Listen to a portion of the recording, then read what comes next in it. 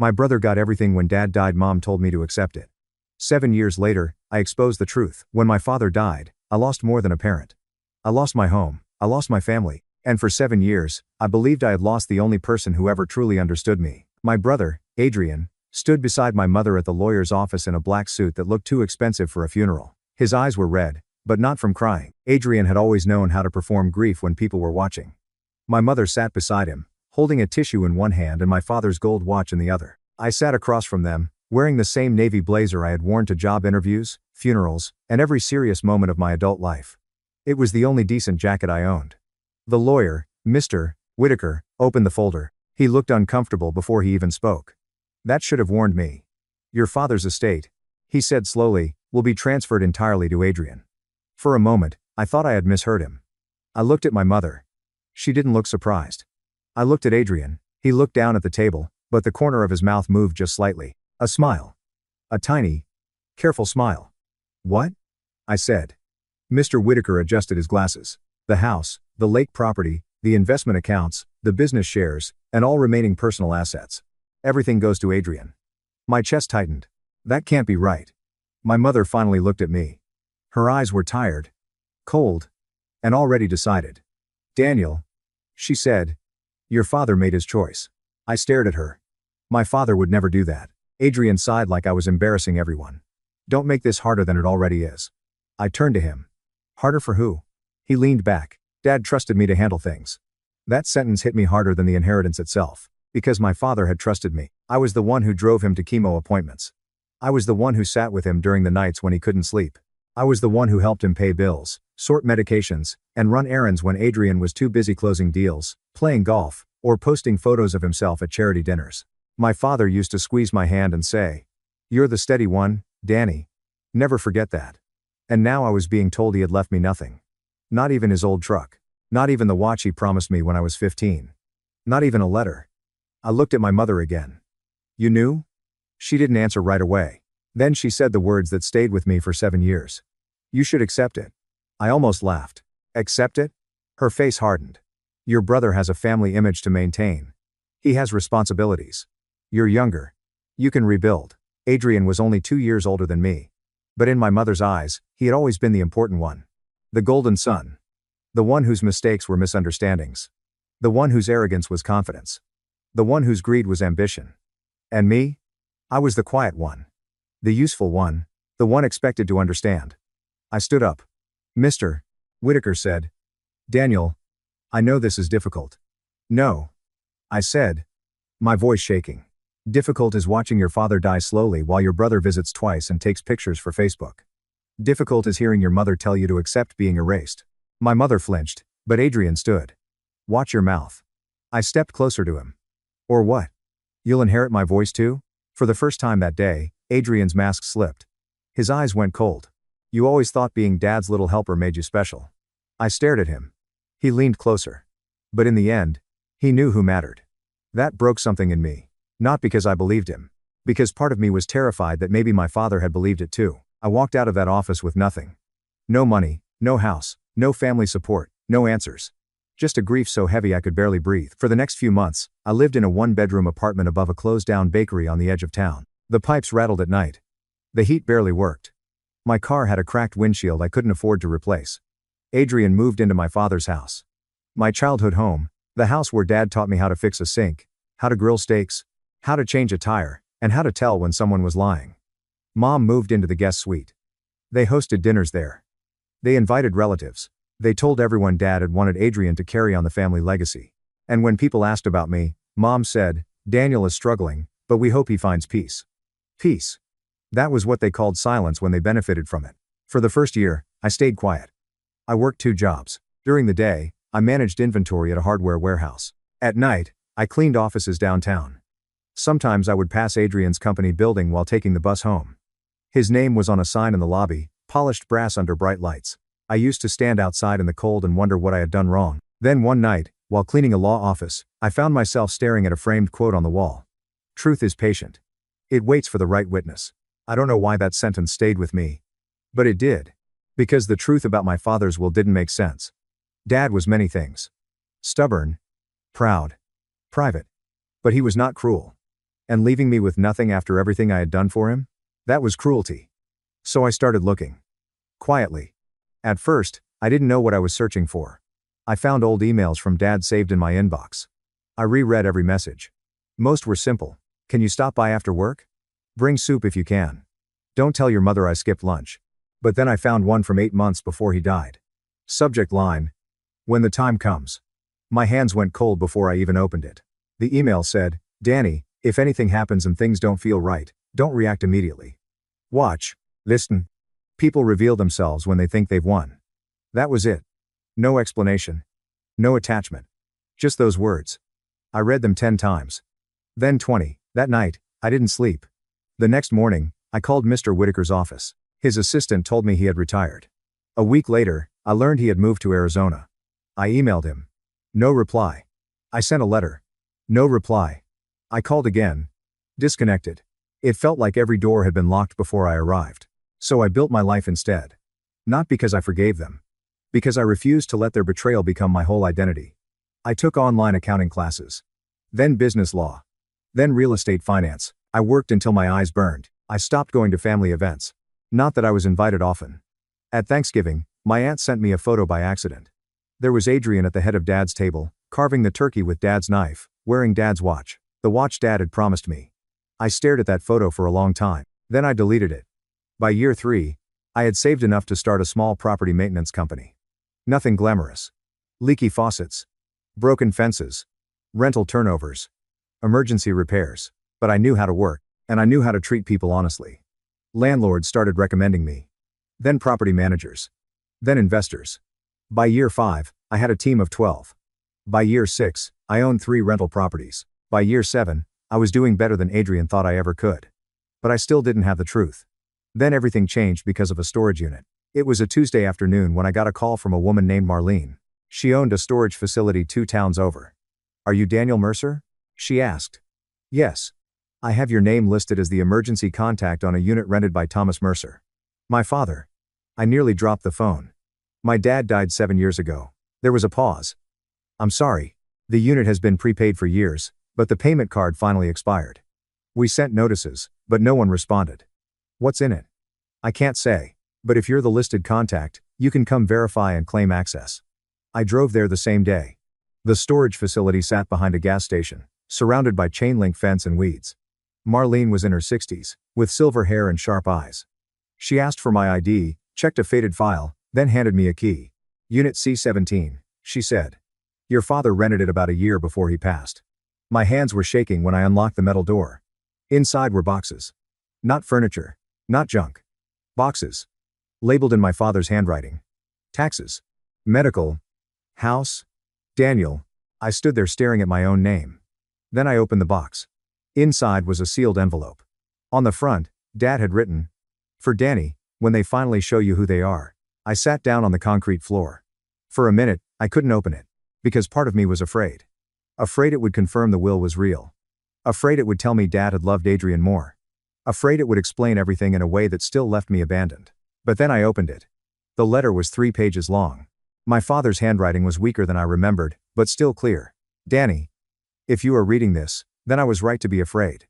I have not told you everything because I did not want your last memories of me to be filled with anger. But you deserve the truth. Your brother has been pressuring me for years to change my will. He believes he is owed everything because he is the eldest.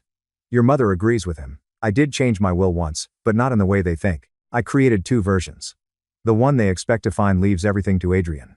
It is bait. The real documents are protected elsewhere. If they use the false will, they will reveal their intent. If your mother supports it, you will know where she stands. I am sorry for testing people you love. But money exposes the heart faster than grief ever could. You are my son. You were never forgotten. Everything I built was meant to protect you, not punish you. Find Evelyn Carter. She has the original trust documents. Do not confront them until you have proof. Dad. I read the letter once. Then again. Then I cried for the first time in 7 years. Not quiet tears. Not controlled grief. I cried like the 29-year-old man who had walked out of that lawyer's office believing his father had erased him. He hadn't. Dad had known. He had seen it all. And he had trusted me to survive long enough to find the truth. The next morning, I searched for Evelyn Carter. She had been my father's former accountant before retiring. I remembered her vaguely from childhood. A tall woman with red glasses who used to bring lemon cookies to our house every Christmas. She was 81 now and living in a retirement community near Asheville. I drove 4 hours to see her. When she opened the door, she looked at me for 3 seconds before saying, "You look just like him." I couldn't speak. She invited me in. Her apartment smelled like tea and old books. I showed her the letter. She read it slowly, then took off her glasses. "I wondered when you would come." "You knew?" "I knew enough." She went to a locked cabinet and pulled out a thick folder. "Your father came to me 9 months before he died. He was afraid Adrian and your mother were manipulating him. He said documents had gone missing from his study. He believed someone had copied his signature." My stomach turned. Copied his signature? Evelyn nodded. "He wanted protection. So we moved certain assets into a trust. The house, the lake property, and several investment accounts were never supposed to pass through the will at all. But Adrian got them. Then someone submitted fraudulent documents." The word fraudulent landed like thunder. Evelyn handed me copies. There was a trust.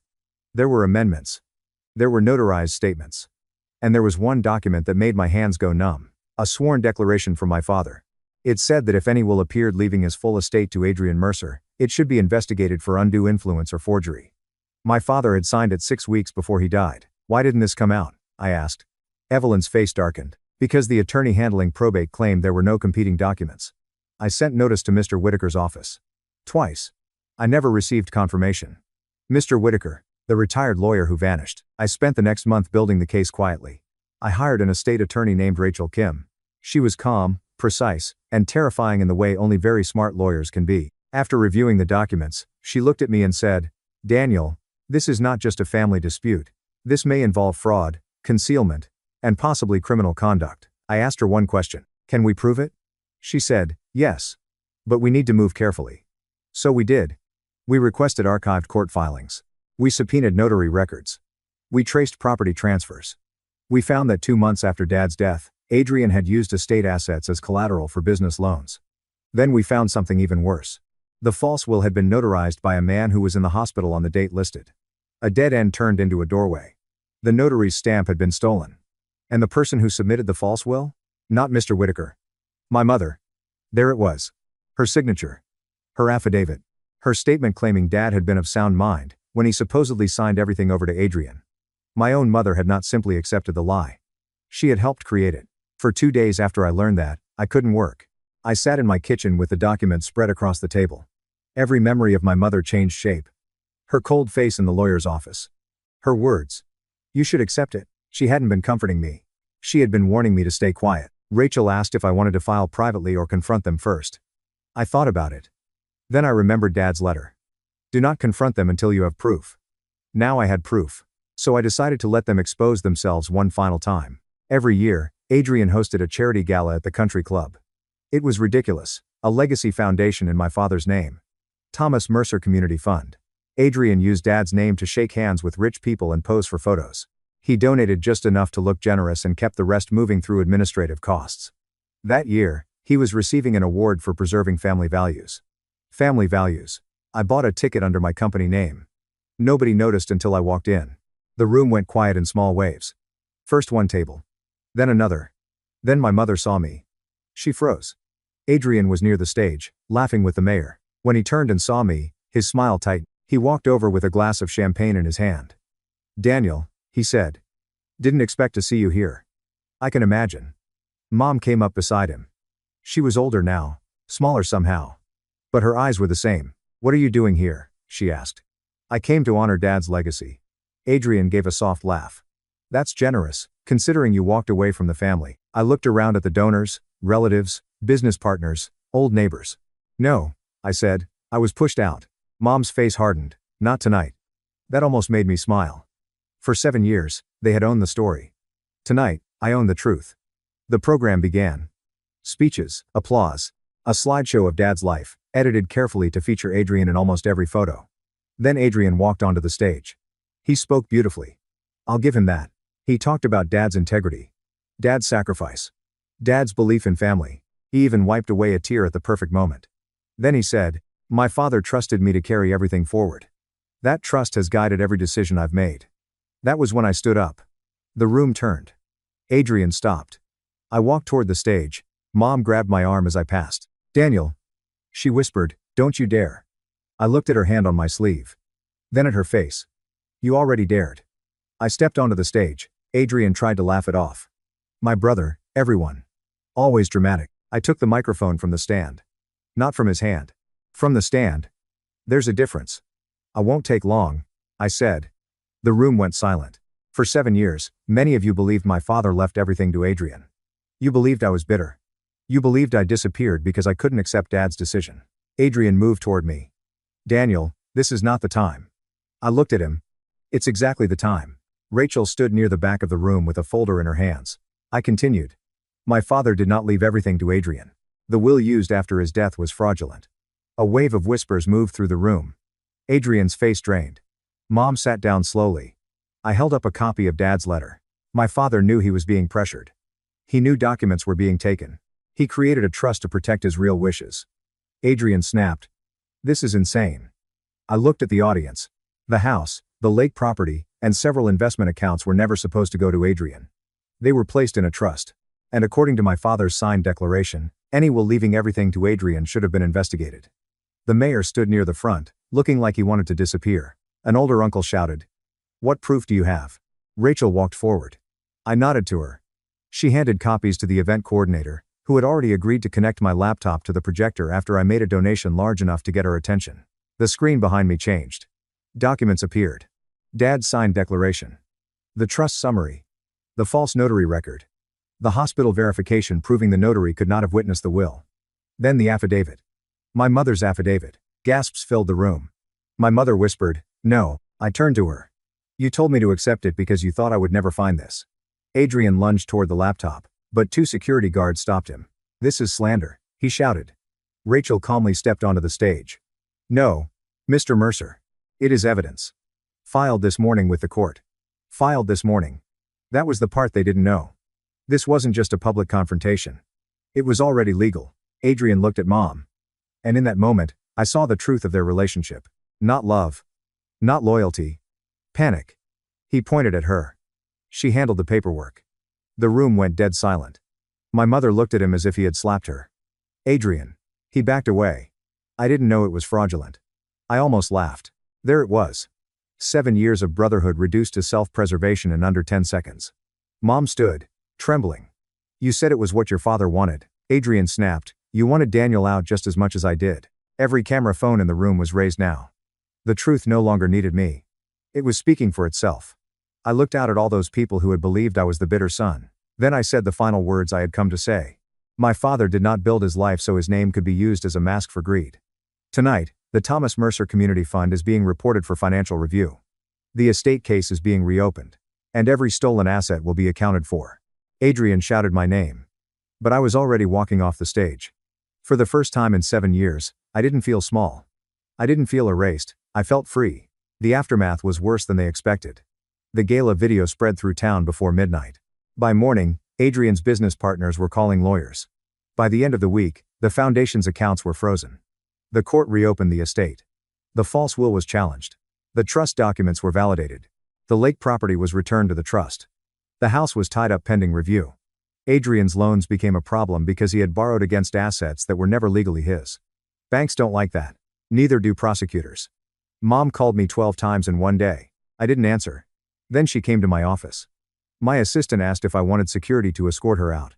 I almost said yes. But then I saw her through the glass wall. She looked old, not because of age. Because lies take something from people when they finally collapse. I let her in. She stood in front of my desk, clutching her purse like a shield. Daniel, she said. I waited. She started crying. I made mistakes. I said nothing. I was grieving. Adrian told me your father wanted him to handle things. I thought. No. I said. She stopped. You didn't think. You chose. Her mouth trembled. He was always more fragile than you. That sentence almost broke my calm. Adrian? She nodded through tears. He needed more. I stood up slowly. And because he needed more? I deserve nothing? No, that's not what I mean. It is exactly what you mean. She looked away. I walked to the window. Outside, my crew was loading equipment into one of our company trucks. 7 years earlier, I had been cleaning offices at midnight. Now my name was on the building. Not because anyone handed it to me, because I rebuilt myself from the wreckage they left behind. I turned back to her. Dad was dying, and I was there. I fed him, bathed him, sat beside him, held his hand when he was scared. Where was Adrian? She cried harder. He didn't know how to handle it. But I did? She had no answer. That was the story of my life. Adrian was protected from responsibility. I was punished with it. Finally, she whispered, "Can you forgive me?" I looked at her for a long time. "I don't hate you." Hope flashed in her eyes. But I continued. "And I don't trust you." Her face collapsed. "Daniel, you didn't just steal money from me. You helped steal my last memory of Dad. For 7 years, I wondered why he abandoned me. You let me believe that." She covered her mouth. "I'm sorry. I know. And I did know." Maybe she was sorry. Maybe she was just scared. Maybe both. But sorry doesn't rebuild trust. Sorry doesn't return 7 years. Sorry doesn't undo the nights I lay awake thinking my father had chosen Adrian because I wasn't enough. I walked to the door and opened it. "We'll speak through attorneys from now on." She stared at me. "You're cutting me off?" "No," I said. "I'm accepting what you taught me." She left crying. This time, I did not follow. Adrian tried to fight. Of course he did. He claimed Dad had been confused. Then he claimed I forged the storage letter. Then he claimed Mom manipulated him. Then Mom claimed Adrian manipulated her. Their lawyers started turning on each other before the first hearing. It was almost impressive. The truth didn't need to be dramatic. It was documented. Clean. Organized. Patient. Exactly like Dad had planned. 6 months later, the court invalidated the fraudulent will. The trust was recognized. Several assets were restored. Adrian was forced to sell his vacation home to cover debts. His company lost 2 major contracts. The foundation was dissolved. Mom avoided prison by cooperating, but her reputation never recovered. As for me, I received what Dad had intended. Not everything. That surprised people. Dad had not left me the entire estate. He had divided it in a way that made sense. Some money to charity, some to long-term family maintenance. Some to me. Even a smaller protected portion for Adrian, if he had acted honestly. That part hurt in a strange way. Because Dad had not hated Adrian. He had given him a chance. Adrian was the one who destroyed it. The house came back to the trust. I could have moved in. Everyone expected me to. But when I walked through the front door for the first time in 7 years, I didn't feel home. I saw Dad's chair. The staircase. The kitchen table. The doorway where Mom had measured our heights in pencil when we were kids. I also saw Adrian carving turkey in Dad's seat. Mom telling me to accept it. Relatives looking away. Memories can be stolen from a house just like money. So I sold it. Not immediately. First, I took Dad's watch from Adrian. He gave it back through his attorney in a padded envelope. No note. No apology. I opened the envelope alone. The watch was scratched. Worn. Still ticking. I held it in my palm and remembered being 15, standing in the garage while Dad changed the oil in his truck. He had tapped the watch and said, "One day, this is yours."